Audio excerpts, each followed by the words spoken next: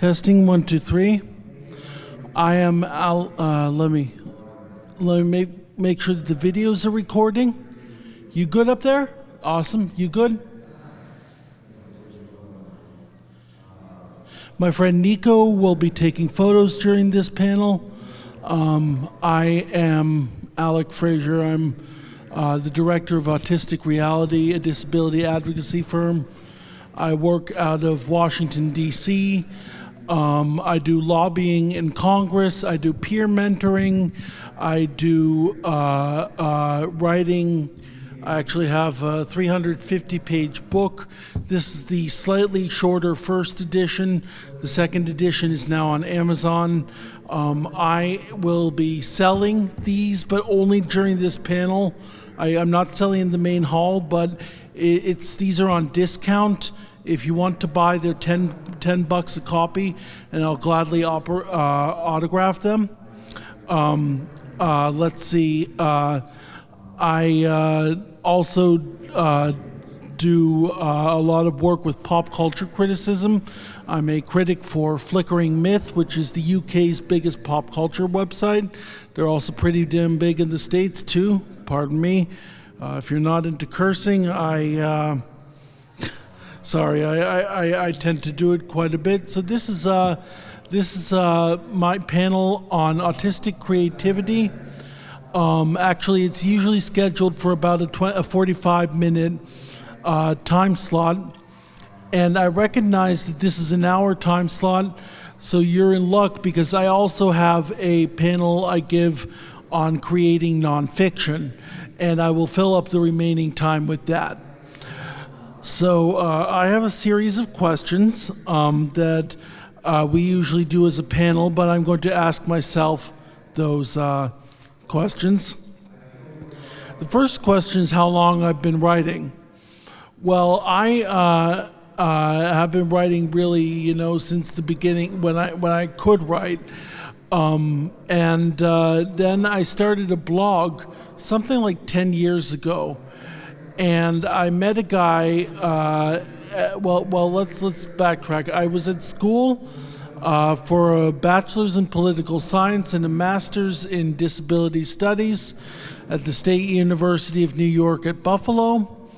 And I wrote a fair number of papers, and I wrote a lit review on what was, to me, the first autistic superhero, Tim Urich from the Daredevil comics. And I actually asked my professor, is there any chance I could get this lit review published? And he said, not without reworking it significantly. Then I actually asked him, is there any chance that I can get this monetized? He laughed at me when I asked that. That was my academic advisor who laughed at me when I asked about that. Well, guess what? And the new one is even bigger, and so I did that, and then I actually had a friend who was a comic book shop owner at the comic book store, Queen City Bookstore in Buffalo, which is also the oldest bookstore in Western New York. And he also runs the Comic-Con up there. He's a producer at an indie film studio. He runs a group called Vision's Comic Art Group, which produces comics locally to Western New York. He's a really swell guy. His name is Emil Novak Sr. And I asked him if he could help me get that published through the Visions imprint that he has. And he actually helped me with that. I had to pay for production myself, but he hooked me up with a lot of cool artistic talent to do drawings and things, and he helped me with the formatting, and I had like a 15-page pamphlet out of that. Well, I moved to Washington, D.C. on November 1st of 2016. 3 days later, I was invited to the Obama White House for a disability and media summit. And I met a guy there named J.D. Michaels, who was the executive vice president of creativity and diversity, 2 different departments at BBDO New York, the world's biggest advertising firm. and he actually offered me a job a few months later. And people tell you that all you need to do to get a job is fill out endless applications and work on your resume, they're lying. At least 70% of it is networking. And I recognize that networking is very tough for autistic individuals. And on one of the many gigs I do is I work with the Department of Labor and people like that to make sure that we are up to snuff on networking. So he offered me a book deal, and then about a year later, this came out. It's a book of reviews, pop culture pieces, disability studies essays. Some of it's very humorous, some of it is very scholarly. And like I said, I'm selling it here today at this panel only, discounted at $10. Now the next question is, as a reader and a fan, which I definitely am, did I find a gap available in fictional narratives and characters from the disability community at large and the autistic community specifically? I'm 32 years old. When I was born, it was basically Rain Man, and that's it. That was the only disability narrative. Now you're finally seeing autistic roles represented on, especially the small screen on television. Right, and guess what? Most of the actors aren't autistic. And that's a problem. And one of the big, and I wear so many hats, you could call me Medusa, you know. And so one of the big hats I wear is with something called Lights, Camera, Access. And Lights, Camera, Access is working very hard on getting disabled creators involved in pop culture. And that's not just as actors, that's behind the scenes too. I have a feeling there might be some of you in this room who would be interested in learning about that. Yeah, and I will. I'll give you my card. Email me. Next time there's a conference in the area, I think there was just one in New York City, which is the closest it comes to Philly, I think. But we can hook you up and get. It's a really Lights, Camera, Access is really cool, and we have a ton of really experienced mentors there, including myself, who will get you involved with pop culture and the media and creativity. So right now we're seeing these autistic roles who are mostly not played by autistic characters, but autistic people have been around forever. A lot of people will have you believe that it's vaccines or something in the water. It's not. Leonardo da Vinci, Thomas Jefferson, Ben Franklin, Nikola Tesla, Albert Einstein, Bill Gates, Elon Musk, probably James Garfield as well, and we've been around forever.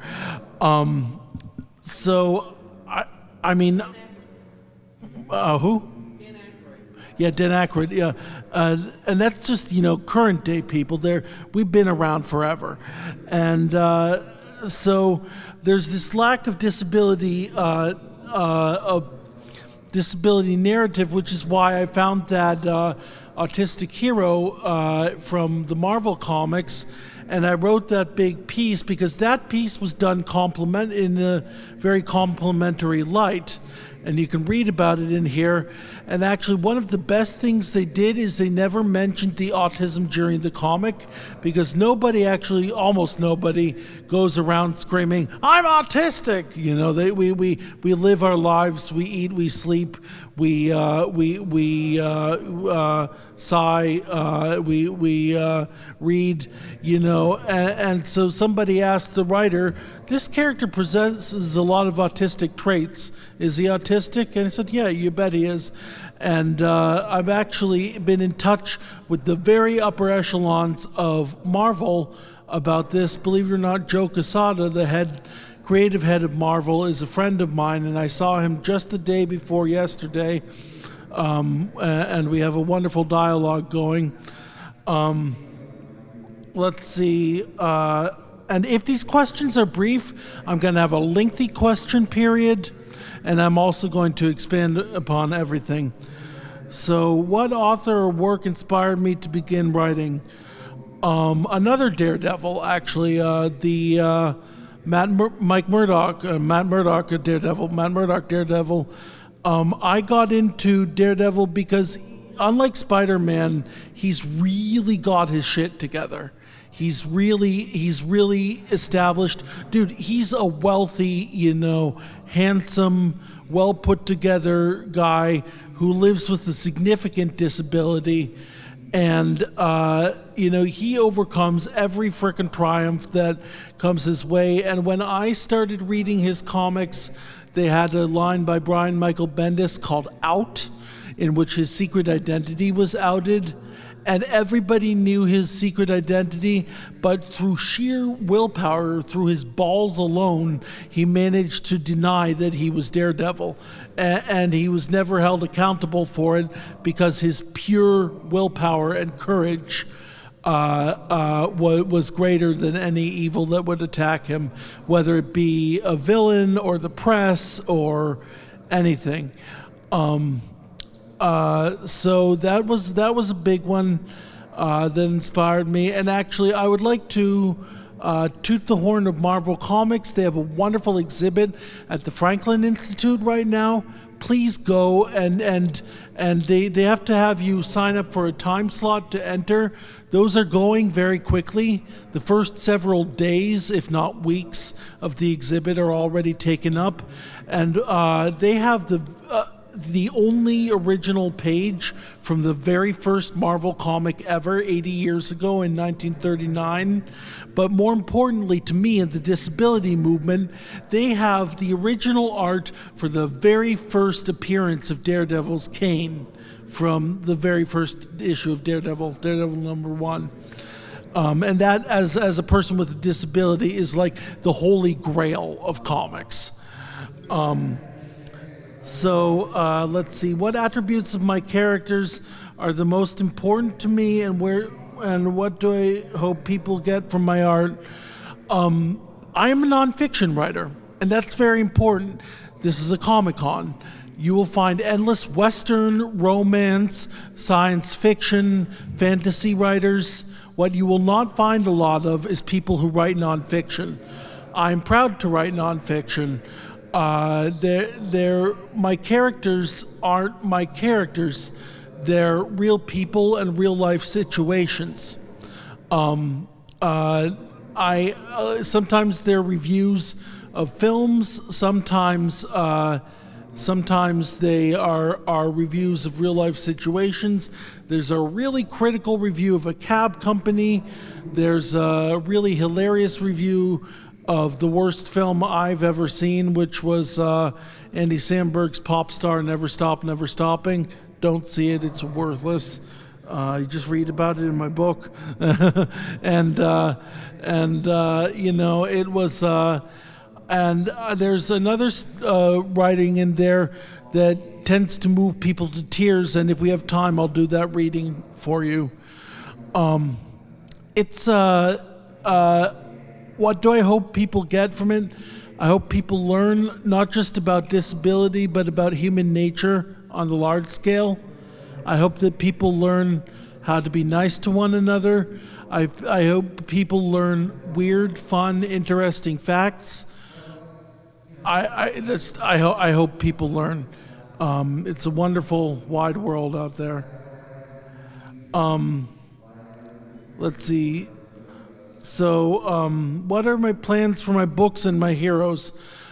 This is, as I mentioned, is the first edition. It is.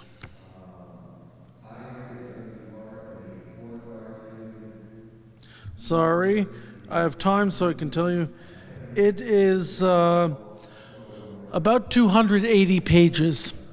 The second edition, when I pieced it out on. I published via Amazon. When I pieced it out, it was 357 pages. 357 pages. I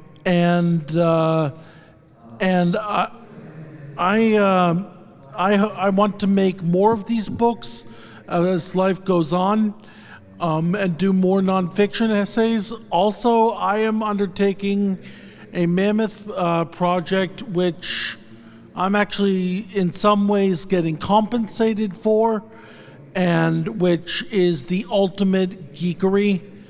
I am watching every single episode of Star Trek, pausing for an hour, hour and a half, reviewing that episode, and I have 2 writing disabilities, which means I actually have to watch the episode, which can, in the case of Discovery, can be over an hour long. I watch the episode, then for like an hour and a half, write the review, in which I do a review of the episode, then I do critical analysis of the episode, and then actually do that via voice-activated software, which I use to write all my stuff. It can be tiring, but it's also really fun. So I want to publish those reviews. A lot of my chapters you can actually find on my blog as well. And I really hope that there are links to my blog on my website, which you can find on my card. What do I think of the disabled and autistic characters currently in books, movie, and TV recently? Accurate portrayals, good enough stories? I talked about this a bit already. I think that there are some characters that are unintentionally portrayed as autistic. If you've seen the new version of The Magnificent Seven, the one with Christopher Pratt, I think Vincent D'Onofrio's character is classic autistic. I also watched that documentary film. If you haven't seen Loving Vincent, please see Loving Vincent. It's a film on the people in Vincent van Gogh's life, memorializing him, and it's all done via painting. Every single cell of the film, animation cell, is an oil painting, and they animated this with oil paintings, not with drawings, not with watercolors, but with oil paintings in Van Gogh's style. I strongly recommend you watch that, and it becomes readily apparent that the main character, Vincent van Gogh, the historic man, was quite clearly autistic. He was what some people call mad now, and that made him a much better creator. He's arguably the best painter of all time due to how he straddled the worlds of old style painting and new painting. Let's see, other characters. There's a character in Star Trek Discovery who may or may not be Cadet Tilly. She could be, but one of the things I love about that is that they don't outright, like I said, we don't scream it all the time from the mountaintops. There's also a brilliant scene, a few scenes with the character in a wheelchair, and this is Star Trek. This takes place hundreds of years in the future. Obviously, people probably could have had surgery by then to correct that. But the wonderful thing is that disability is how some of us are. And there's a wonderful school of sociology called neurodiversity, which is that the forms of mind are as diverse as, say, skin color, religious affiliation, sexual orientation.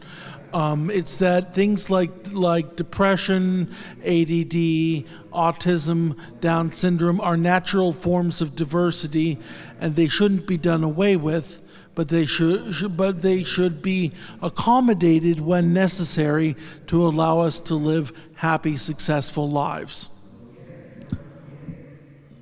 Once again, there's tons more elaboration I can do when these questions are done. Let's see, do I see opportunity in open creative brands like Netflix and Amazon? Most of the time it's the others on this panel who who answered the most of this question, but I will say Netflix and Amazon allow creative opportunities and crowdsourcing and crowdfunding for creativity that we haven't seen before. It used to be, to make a TV series, you had to really be a big powerhouse, and you had to have a major studio behind you. And now, what do you need? You need an idea, and you need somebody who says, "Hey, that guy has a good idea." And you find all these wonderful ideas on Netflix and on Amazon, and they're not always publicized to the highest extent, but if you go on these demand sources, you will find tons and tons of documentaries, fictional things, fantasies. And actually, there's a wonderful disability effort called the Easter Seals Disability Film Challenge, and a number of my friends with disabilities just compiled minor films for that. It's a really special thing. Within a course of a 2 to 3 day weekend, you are supposed to come up with an entire film, like film it one day, then do post-production on the other. And it's a really cool challenge to see how little indie people can, all with disabilities, can come up with their own work, our own work. If I had the attention of the major entertainment and comic publishers and brands, what would I want them most to know about our work in our community? Dude, we're everywhere. Not just autistic people with all disabilities. I know there are, aside from me, multiple people in this room who identify as disabled, or should I say neurodiverse. I know, like I said, we've been around throughout time. We are not, disability is not a problem. It's not something you should try to get rid of. And I'm not saying it makes us special either. I'm saying it's, we can live amongst you. We can have happy, productive lives. And we are also a market. What would I say to these production companies? We are a marketplace with huge purchasing power. We're the biggest group of minorities on planet Earth. Some studies say 1 in 10 people has a disability. More recent studies say 1 in 5 people has a disability. Even more recent studies say 1/4 of people has disabilities. If you look at the diagnostic manual, all the diagnoses out there, I wouldn't be surprised if 75% of humanity has something that's in there. And that's the things. We're putting labels on things now. The person who used to be considered as odd or quiet often now has a diagnosis. So what I also say to general population is make sure not to over-medicalize things. Allow the person with disabilities to exist, to be happy, and most importantly, to dictate our own terms, to dictate our own terms of our life. We should live and be happy as we are. Like I said, there's lots more I can go into. What would my action figure look like? I'm sorry, the screen's not working because I actually have an action figure. And you can find it on my Facebook profile, and you can find it on my Flickr page. But still, this is kind of like what actor would best embody me, I actually think that Jude Law might, when he lets himself go and has the bigger belly, and he if he were taller, and actually his hairline's kind of receding by now. He often wears pieces to cover it up, but he'd be a very good actor. If there's a film character that I am most like, get ready for it, Baymax from Big Hero 6. That I'm big. I love to hug people, comfort them. I don't like it when people feel bad, and I will do anything to make you feel better. Hugs are the shizzle.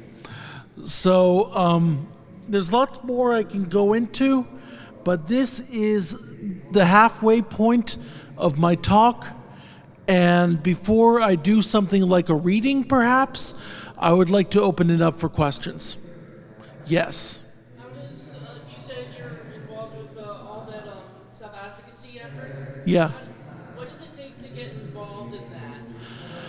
Well, there are many ways you can do it. Officially, dude, be a person, have a voice. You can if you go, you can go to City Hall and talk to your counselor about it. You don't need you don't need a sort of license to be an official advocate. You need an appointment and maybe a smile on your face.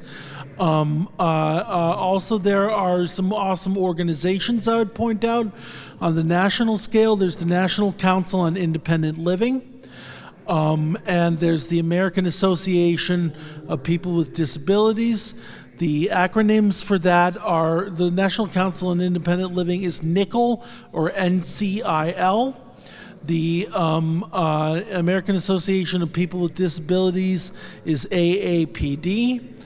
In addition, where do you live? Swarthmore, Pennsylvania. Okay, I know that every county in the United States is covered by something called a CIL, or a Center for Independent Living. NICL is the national association of those councils, not just throughout the U.S., but throughout the world. Seriously, I've met the head of independent living for Nepal. That was pretty cool. But anyway, so what I would recommend is seeking out your local center through some of the more rural or not so populated counties. Your center might be one in a neighboring county that has jurisdiction over yours. I know Philly has a huge center. And they also often have lobbying days in the state legislature. They might even go to Congress sometime. And before that, they'll often hold training sessions where they'll train you to become a better lobbyist and speak truth to power. I know people a lot more radical than me who are into lobbyism. I tend to be the negotiator and not the picketer and protester. But you can picket and protest. There are also various specialized disability groups. The autism group I work with is the Autism Society. There are two more radicals on groups on either side. Autism Speaks tends to represent parents and caregivers who believe that autism is a problem, and I don't believe in that. And the Autistic Self-Advocacy Network is awfully radical and tends to make enemies through radical statements, and I don't believe in threatening behavior. So yeah, the Autism Society is the autism group I recommend. What? The middle ground. Yeah. It's moderate. Hang on, let's go see if someone else has a question first. Does someone else have a question? Okay, yes? I'm glad you mentioned the radicalism on both ends of the spectrum. Yeah. Because I myself have noticed, but I'm curious if you've noticed that there seems to be a schism in the autism community, where there's the parents of the low functioning end. I hate that term. Well. But, who look at the higher functioning end and say well, that's not real autism. Oh, this. And then there's the high functioning end who's As I mentioned, it's not just like I said, it's not a two-way schism. It's a three-way schism. There's the parents and the caregivers who often are very well-intentioned, and I love parents. I talk to parents all the time. I work with parents. We're not. In fact, even the parents and caregivers aren't really the people to blame there. It's executives, basically, for a certain organization who believe in medicalizing autism and viewing it as a problem to get more money in their coffers. That's not the parents and caregivers, that's the executives. And then on the other extreme end, there's people who believe you must exclude the parents and caregivers, and you must be very radical about your advocacy to all exclusion. So I'm at the third option in the middle. But like I said, I'm not going to stop you from working with whoever you want to work with. All I'll say is think carefully. Were there any questions about creative writing? I could go into that a little bit. Oh, back there?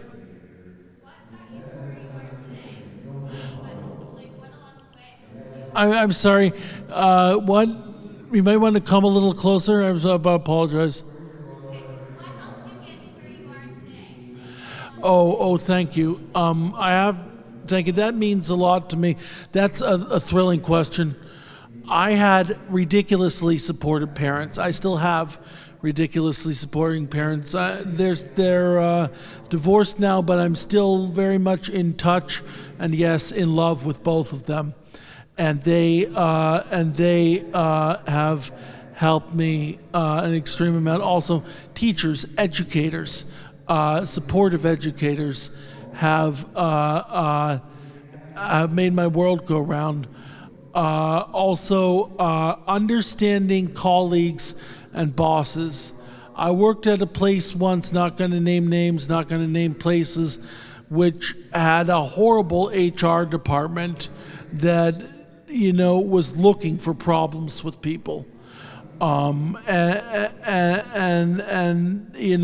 just literally in the excuse of these funding rules say they say this and that, they were trying to say that you can't do basically anything.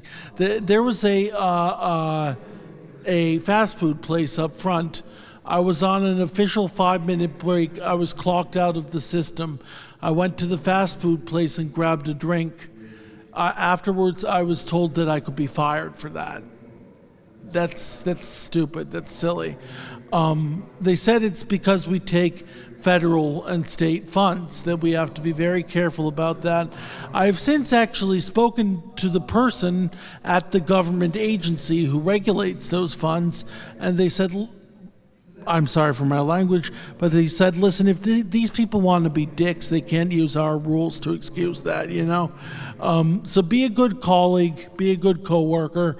I now, up until about half a year ago, I was working for BBDO, and actually less than half a year ago, and they were so awesome. They let me do whatever the heck I wanted, and they found a reason to subsidize almost anything. Dude, they helped subsidize a trip to Disney World on the theory that I could write about it, which I did, and you'll find it in my book. And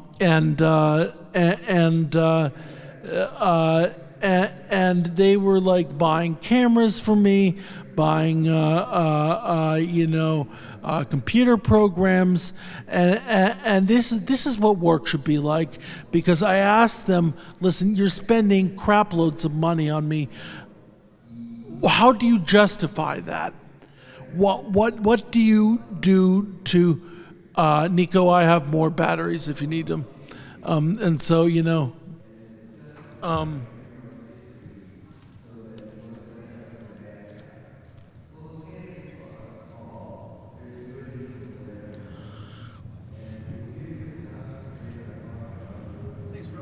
I should have given it to you beforehand. No, it's all right. Okay.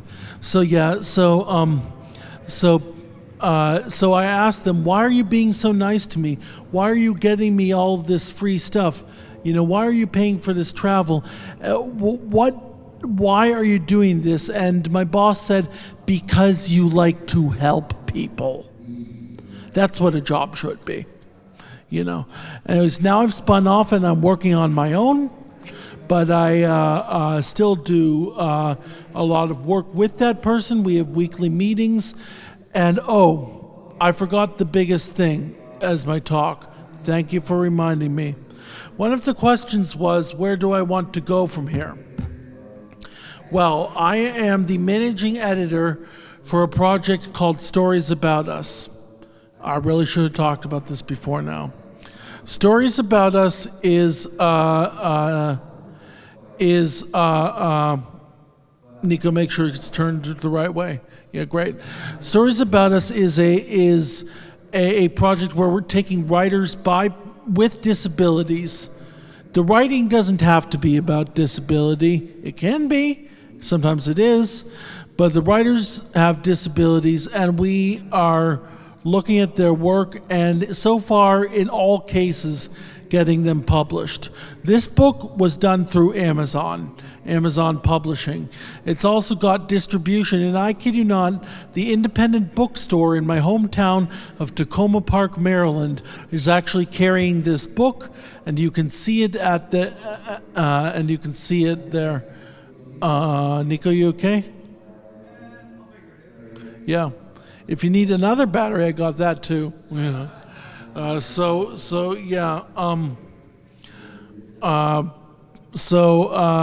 Anyway, excuse me, give it to me. You get to see productivity in action.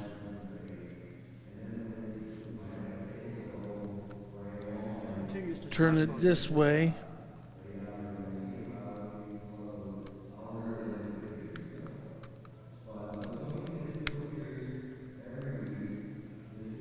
It works. Great. Thank you. So, Stories About Us is a way of getting disabled authors published, and we are very proudly doing this. Not all of the works are fiction. Some of them are. We've also got poetry and short stories, and yes. Do you do anything with the film industry at all? Actually, my boss, or now colleague, has connections in various publicity efforts, because he also stopped working at BBDO, but he worked with them for like 25 years. For 30 years, he was in major advertising, and he actually knows people involved with making short films, and he will be asking them if they're interested in making short films out of some of these pieces. In addition, not through Stories About Us, but through LCA, Lights Camera Access, I know a ton of people involved in film. Most of them are smaller films. A lot of these creators have disabilities. There are producers and directors. And in addition, on a whole nother level, personal level, I'm a big fan of James Cameron's Avatar. And believe it or not, I am kind of in contact with the number 2 guy in Hollywood, John Landau, producer at Lightstorm Entertainment. I can't just ask him to do things, but I have actually, I interviewed him for quite some time about including diversity in film, and he answered the interview, and it's in the book. So I do want to ask right now, is anyone interested in a copy? Is it cash only? Unfortunately, it's cash only at this point. Yeah. Okay, well. I'll make sure to look up the second edition. Listen, you look up the second edition, or there's ATMs. If you see me hanging around, you just anyway, the second edition has so much extra.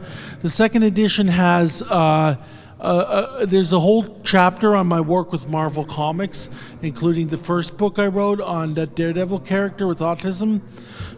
In addition, well, it's not a chapter, it's a unit. The book is divided into related units. And the second edition has a chapter memorializing Stan Lee, who I actually met. When I met Stan Lee, I said, "Sir, you mean the world to me." And he looked up at me and said, "I'd better." So,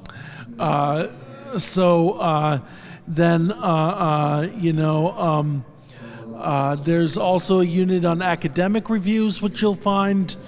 Listen, I want to do a reading for you before it gets to be too late. And this is a reading that, be warned, it gets emotional at the end. There might be some wet eyes.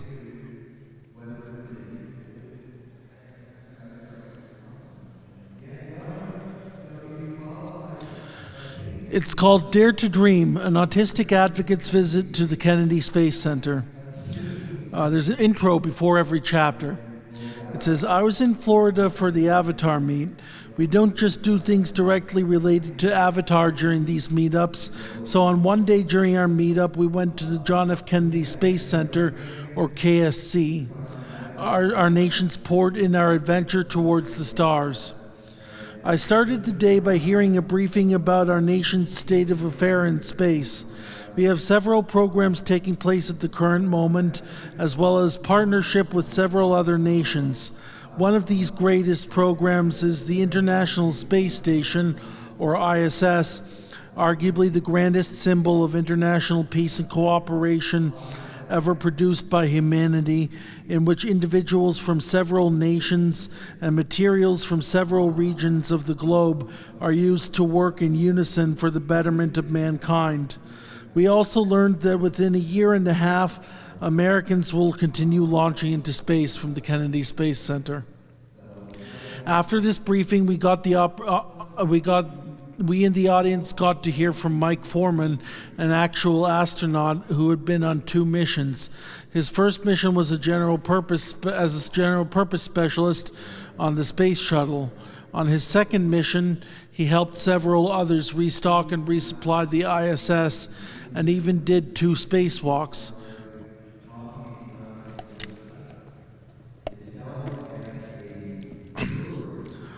Resupply missions are vitally important and maintain our continued presence in space. After giving his talk, people were given the opportunity to meet and have photos taken with Foreman. I met him, and he saw my Ithaca is Gorgeous t-shirt and asked if I had gone to Cornell. I told him that I had gone to the State University of New York at Buffalo, but that Ithaca is my hometown. I told him that I do disability rights advocacy, and we each told each other how proud we are of each other's work. After this, I had lunch with people from the fan meetup, followed by a tour of the Rocket Garden. The Rocket Garden chronicles our mission to perfect the ideal space-going vehicle. In the beginning, we were literally using missiles intended for weapons to shoot people into space. These missiles were relatively small and also gave a really rough ride, not at all intended for human beings. Our tour guide talked about the first few satellites and the first manned space programs, Mercury and Gemini. We saw the rockets used to launch each satellite and program. Mercury was meant to see ourselves into space. There were no scientific goals and no way to actually live in space. They were intended to be 7 astronauts, but we wound up with 6. The first 2 were suborbital flights launched by the Redstone missile. Unfortunately, the Redstone lacked the thrust to get us into orbit, and thanks to computers like Katherine Johnson, we learned that the Atlas rocket could. The Gemini program was actually meant to test how we could live in space. In Gemini, we ate, slept, spacewalked, did detailed tasks, and even celebrated Christmas. We also learned how to dock with other vehicles, how to manipulate the course and direction of our spacecraft, how to rendezvous with other spacecraft, and achieved other significant goals. The Gemini spacecraft were launched aboard the Titan II missile, which gave an incredibly rough ride. Finally, it was time to launch the Apollo program and get ourselves to the moon. The first few Apollo launches took place on the Saturn 1B rocket, which launched us to Earth orbit in the Apollo capsules. The Saturn 1B was also launched to get us to the Skylab space station. We saw all of these rockets and more, and also tried out basic versions of the Mercury, Gemini, and Apollo space capsules. After this, I went to the gift shop, of course, and then waited for my friends. You see, we had booked the opportunity of a lifetime. We were going to be shown the headquarters facilities and space launch facilities for the American space program. We started out being shown the industrial area facilities of the Kennedy Space Center. It is here where the American space program and its missions are administered. A lot of activity is currently taking place. They are currently demolishing the old computer building and building a new one. We saw both. Computers have gotten smaller and smaller, and so the space needed to contain them has as well. In addition, it is not a bad idea to have an updated building for such sensitive materials. There are also two headquarters buildings, the old one which is being phased out, and the new one which is just being finished. There is another building dedicated specifically to operations on the ISS. There are other buildings dedicated towards the development of outer space missions, as well as a communication center, a gas station, and a fire station. Next, we got to see the Launch Pad 39 complex. For the longest time, American rockets and space vehicles have been constructed inside the Massive Vehicle Assembly Building, or VAB. The VAB is the sixth largest building in the world by volume. The volume of the Empire State Building could fit inside it 5 times. It is 526 feet in height. The American flag painted on its side is 21 stories tall, and each star is 6 feet across. And oh, by the way, at the end of this chapter, I will be in tears too, so just warning you. Rockets and other space vehicles are built inside it on top of mobile launch platforms and then wheeled out to one of the launch pads in the complex. Because of the massive weight that the mobile launch platforms must transport, they move incredibly slowly, much more slowly than the walking human being. There is a joke that if someone sees a turtle walking the same direction in front of the mobile launch platform, they should let it be because it will get to its destination more quickly than the platform will. There are also several buildings surrounding the VAB, including buildings formerly used to outfit the space shuttle, which are currently used for outfitting other vehicles. The military is also using one of these vehicles for a top secret project. In addition, there is a launch control center next to the VAB, the nearby area for the press. We next went to see Launch Pad 39A. Over half of the space shuttle missions launched from this launch pad. More importantly, every single mission that humanity launched to the moon launched from here as well. The fact that we have gone to the moon is the realization of an incredible dream, the journey of mankind. At the next stop, we got to see that journey up close and personal. As you entered the Apollo Saturn V Center, you learn about the absolute failures of the early American space program and how achieving any real progress in space seemed like a pipe dream at the beginning. You are shown the failure of rocket after rocket, failures so horrible that they look like a bad blooper reel. Then you learn about the launch of the Mercury program and the challenge a few days later by President John F. Kennedy to land a man on the moon and get him safely home by the end of the decade. That was a truly Herculean task to live up to. They talk about the progress of the early Apollo program and the tragic loss of the crew of Apollo 1. Then you are led into the firing room. The firing room is the exact same launch control room that was used during Apollo 8, the first manned launch of the Saturn V rocket. This is the biggest and most complex machine ever produced by mankind. In the firing room, you are on pins and needles as you witness the successful launch of Apollo 8. Then, as if in a dream, you are led to see the stunning achievement of humanity. Here, laid on its side before you, is the massive Saturn V rocket. It is the biggest, most complicated machine ever created by man. There is only one that has been maintained intact into the current day, and it stretches out before you, seemingly endlessly. Alongside it are the mission patches of the various Apollo missions hanging from the ceiling. There are also various artifacts, including a bona fide Command and Service Module, CSM, as well as a Lunar Module, LM. There's also a mock-up of the cockpit of the LM so that you feel like you're actually there on the moon. There are other artifacts as well. There's the command module of the Apollo 14 mission, which was given the call sign Kitty Hawk after the location of the first heavier-than-air flight. There is a moon rock for you to touch, and an equipment wagon and a lunar rover made for lunar operation. There are spacesuits, various lunar artifacts, and Snoopy. Wait a second, did I just say Snoopy? Well, you see several of the Apollo program engineers started informally drawing Snoopy, so they asked Peanuts cartoonist Charles Schulz whether they would be allowed to make the famous Beagle's likeness. He said no, absolutely not, but that he would make it for them. As such, Snoopy became sort of the mascot of the Apollo program, and there's a statue of him in a spacesuit. However, try as they might, NASA physicists cannot figure out how his nose would have fit into the helmet, an intractable problem for the ages. There's also a monument and a gallery dedicated to the memorializing the astronauts lost in the Apollo 1 mission. At the time, American spacecraft used a pure oxygen atmosphere. If one remembers the Hindenburg disaster, they will recall that hydrogen is combustible.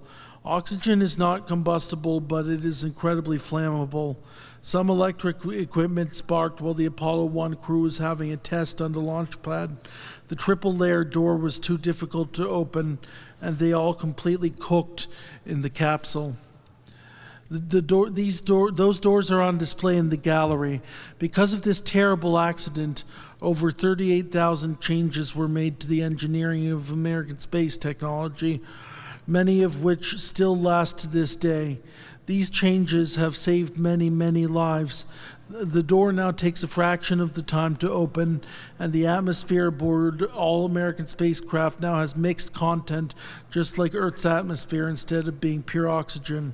Some people will die in our quest for space, that is a given. The quest for the stars is too great a dream, though, and we should never lose sight of our goal. Okay, now I'm getting emotional, I'm sorry. Finally, you head into the Lunar Theater, where the landing of the Apollo 11 lunar module, Eagle, is actually reenacted on stage in front of you. You see video of astronauts both playing and studying on the moon. The American flag is planted, and there is more video of those same astronauts talking about the terrific wonders we have achieved. The ascent module then lifts off to join the command module Columbia and head home. Almost done. There's then video of the dreams of children, many of whom wish to go into space. Finally, the late Neil Armstrong appears on video. He talks about how when he was born, we had just managed to cross the Atlantic by airplane. He says that when he was a kid, he thought that landing on the moon would take place centuries into the future, and had no clue that he would be the first person to do so. He states that we came not from one country, but in peace for all mankind. He says that you should never be afraid to dream. The vision of Mars appears on stage. Our guide at the Kennedy Space Center confirmed to us that NASA plans to get us to Mars and back safely by 2035. That is within my lifetime. What once was considered impossible is now attainable. Nico, if you want to picture me crying, do it now. Now for a personal story. When I was in early elementary school, the authorities behind the school tried to have me locked up for the rest of my life. They said that I would never amount to anything and that there was no use in trying. My loving family fought tooth and nail, and parents and professionals, as well as friends, raised me into who I am today. I have since made endless friends, graduated from college with a master's degree, gotten an excellent job, and helped change the lives of millions, especially those of us with disabilities. Never, ever be afraid to dream. Dreams are attainable. The impossible is possible. Thank you for this journey.